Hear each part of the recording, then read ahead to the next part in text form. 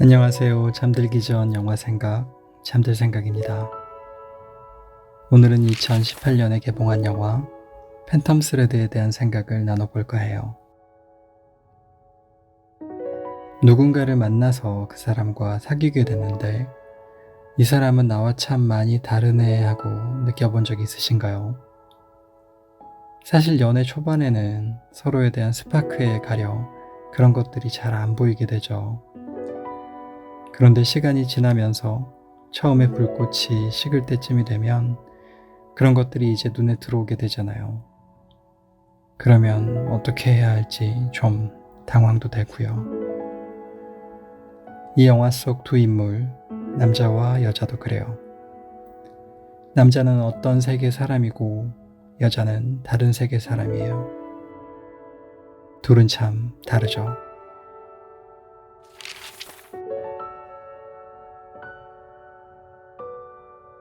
어떤 세계가 있어요.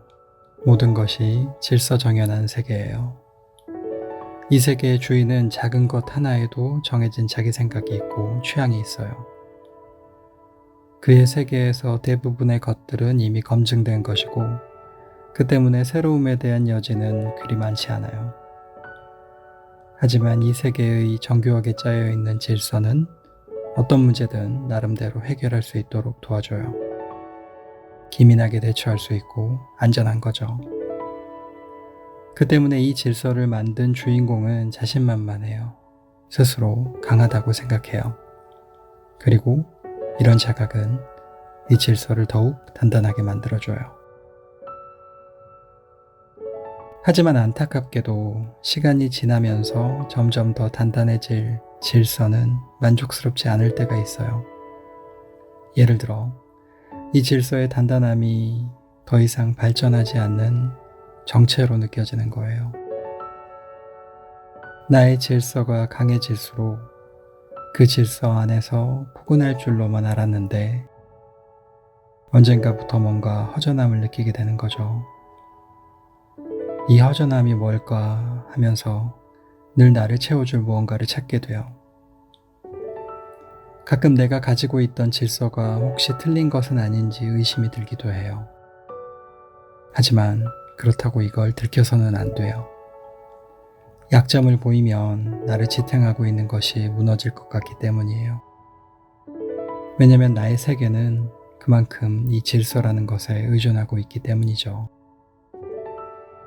그런데 그러다 갑자기 이러다 내가 영원히 뒤처질 것처럼 느껴질 때가 있어요. 공포에 휩싸여서 내가 가진 질서를 좀 더 나은 방향으로 바꾸고 싶지만 그게 참 쉽지가 않아요. 그리고 결국 그러다 안 되면 스스로 위안하는 방법을 찾게 돼요. 지금 내가 가진 질서만으로도 아직 준수한 수준의 결과물 정도는 얻을 수 있다고 말이죠. 굳이 변화까지 필요한 것이냐고 말이죠. 그치만 사실 내 마음속 깊숙한 곳에서는 알고 있어요.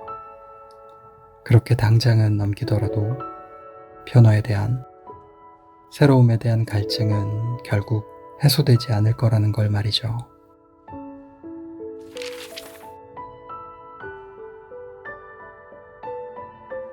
다른 세계에서는 모든 것이 물 흐르듯 흐르는 느낌이에요.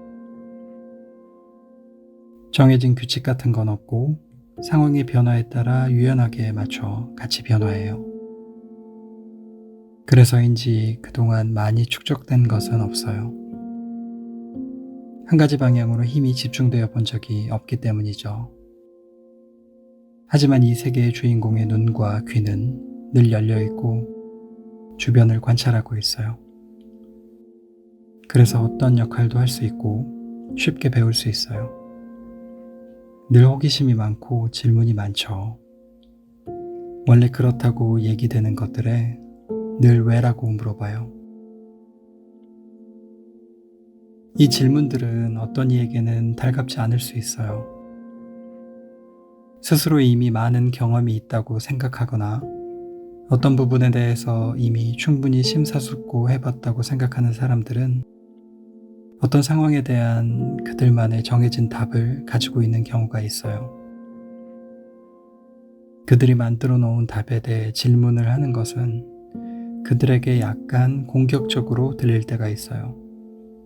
그건 마치 그들이 그동안 만들어 온 삶과 그들이 가졌던 고심을 부정하는 것처럼 들리는 거죠. 질문한 사람이 어떤 의도와 맥락을 가졌단 말이에요. 자기만의 질서가 너무 강한 사람들에게 모든 것은 계획된 질서대로 흘러가야 하는 거죠. 하지만 질문하기 좋아하는 사람은 궁금해해요. 그 질서가 왜 그렇게 견고해야 하는지를 말이죠. 어떻게 이렇게 많은 상황과 사람 속에서 그렇게 단단한 한 가지 질서만을 고집할 수 있는지를 말이죠. 그것이 그 질서를 세운 사람에게만 적용되는 것은 아닌지를 의심하면서요. 사실 어떤 것이든 원래 그렇다라고 대답할 수 있는 건 없는데, 어떻게 어떤 질문이 들어왔을 때 마치 그 질문을 예상이나 하고 있었다는 듯이 그렇게 답할 수 있는지 궁금해하는 거죠. 질문하는 사람에게는 세상의 모든 경우가 다 다르게 보이기 때문이에요. 작은 차이들이 모두 의미가 크게 보이기 때문이죠.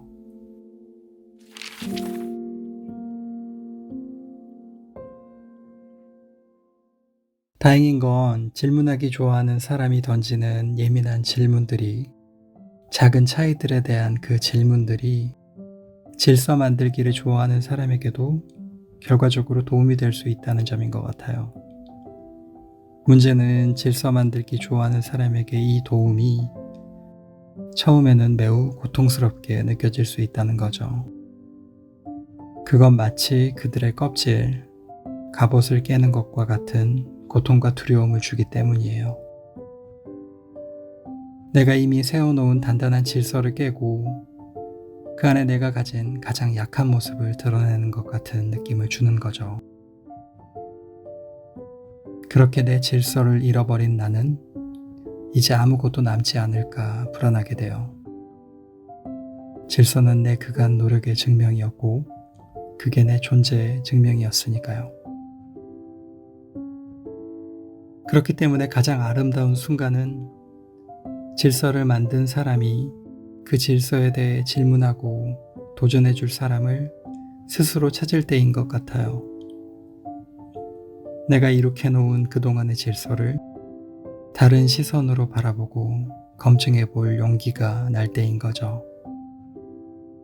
질서에 대한 질문은 질서를 만든 나에 대한 부정으로 느껴질 수도 있고, 그래서 이것은 마치 죽음처럼 나를 위협함에도 불구하고 말이죠.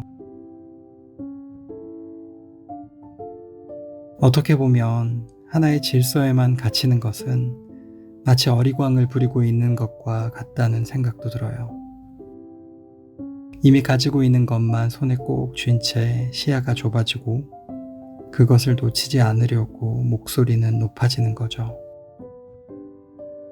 그런데 어쩌면 어른이 된다는 건 그렇게 잔뜩 들어간 힘을 빼고 주변의 질문들에 귀 기울일 수 있는 태도를 갖는 것일지도 모른다는 생각이 들었어요.